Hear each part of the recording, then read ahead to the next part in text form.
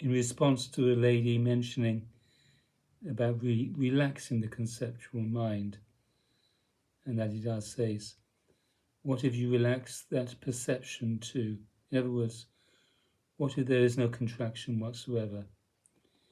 If there is no contraction, then you are not really experiencing, on some inherent sense, realizing what is, because you're not adding anything.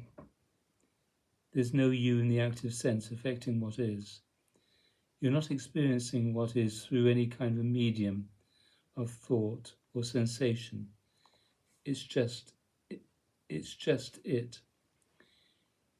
If you feel it utterly and the perceptual mind isn't even aware, your own physical form relaxes, and there are no boundaries and no separate self. There are levels of emotion in it that follow rather formless positive emotions and negative emotions. It's just another modification of energy you feel through each of those. It is absolutely nothing to what is.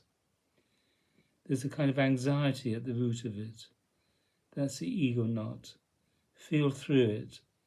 See how much further you have to go to allow it completely. So you have to do the sadhana, you see. If you really feel that knot, you don't want to feel it, but it is the ground of your ordinary life. You try to distract yourself, possibly through seeking and self-indulgence and what not, but if you really find out about yourself, find this knot, find what you really experience, what your real experience is, then you won't want to put up with that. It will oblige you to do sadhana, to feel constantly more and more beyond it. Life is inherently by law sadhana, God witness, going beyond separate self. Generally, people don't seem to know anything about that. So by grace, you may become aware of it and will no longer be willing to be distracted by your cover-up, to keep yourself somehow or other unaware of it, becoming buried in a superficial peripheral in your mind, your body, your feelings. But all the time you are motivated by choice, seeking something or other, and you've forgotten what you are seeking, or in one moment you are rather suspect to the particular thing, but always avoiding the knowledge, the discovery of your own action that is producing all of that. So it's grace to find it out, but it is not in itself graceful. In other words, it is not a real pleasure to find this knot if you must do sadhana having found it out. Otherwise maybe you'll forget a little bit again by getting very superficial, but you'll give up the opportunity to deal with it. Truly, you are only willing to feel that knot. That motivates you when you simultaneously gracefully discover what transcends it, and by being given a wisdom that communicates itself to you, so you know how to go beyond it. Otherwise, individuals will automatically dissociate from the depth, unless they can somehow come to terms with it through the graceful discovery of what transcends it, and the finding of wisdom to deal with it. So all those things coincide, and all of a sudden you find you're able to feel this thing that motivates you, this knot, this disturbance, because you know there is something you can do about it. Then there is the what to realize is beyond it. But still the sadhana is a matter of actually dealing with the disease.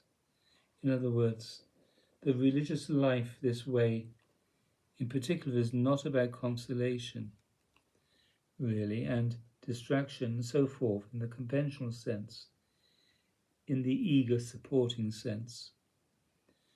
So the process moment to moment goes beyond the self-contraction, particularly as hearing awakens. That's when there is most profound understanding, knowing of this self-contraction, and that it is your own activity.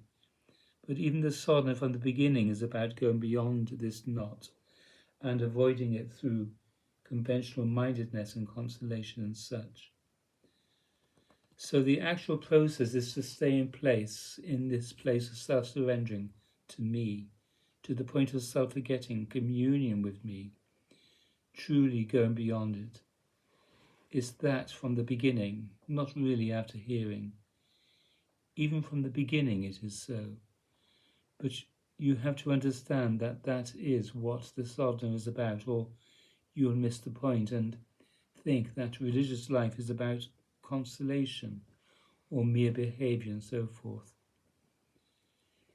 You are to stand in that position of that knot, feeling your own dis-ease, motivation, but that means you have to enjoy it. There's not only the fundamental knot itself, there's all the reflections in the body-mind tendencies of one kind or another and so on. You have to enjoy the purification of these things,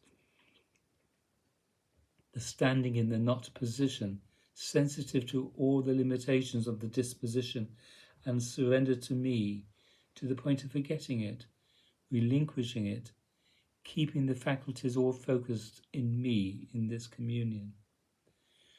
Only then do you make this knot obsolete, and you initially go through a process of purification where the resultant knots, the different kinds of behaviors, attitudes and so forth that bind you, appear. These must be purified through the initial stages of the sadhana, even up to the perfect practice. So the initial sadhana is purifying, and it is necessarily then a matter of being in touch with this knot in life difficulties and so on. All tendencies that would make life difficult instead of dramatizing them. Maintain the discipline of this way and practice this communion every moment. In this manner you will be purified by this communion with me in all those areas that are relaxed, forgotten, disciplined, so that more and more the practice becomes extraordinarily concentrated, not in peripheral matters of experiencing and so on, but in the root itself, and then the perfect practice can begin, so that when sufficient purification has occurred, there is this extraordinary concentration, but suddenly my instruction about the witness becomes inherently obvious, and thereafter not something that can be forgotten. It's not really a thought, you see. It's a noticing that you never forget. It's a noticing even beyond the mind.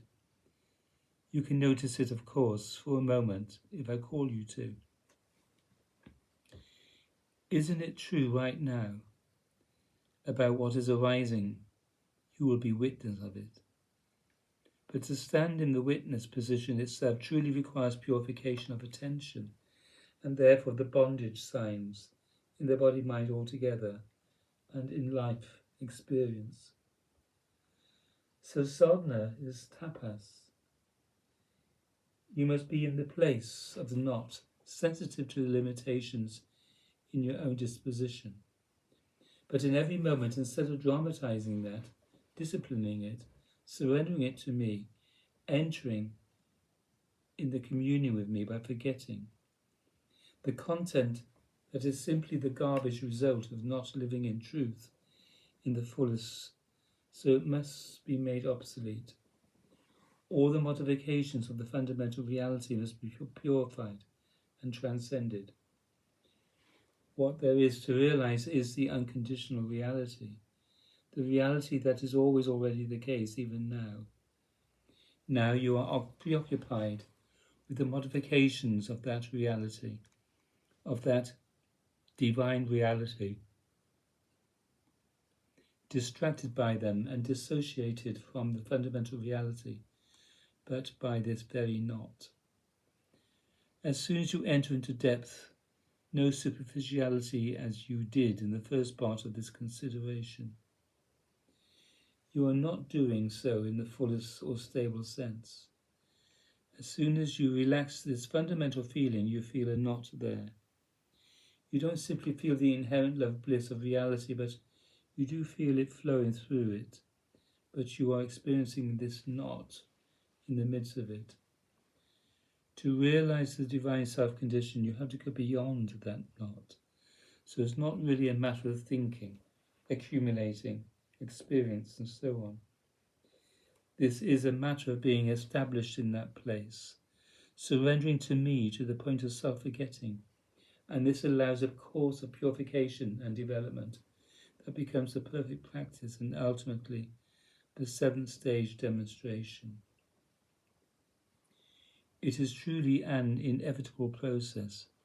It will go by its appropriate stages and so forth. Lest you step outside the process itself and become superficial again. But if you stay with the process itself as I have given it to you, altogether, then the development is inevitable. Da.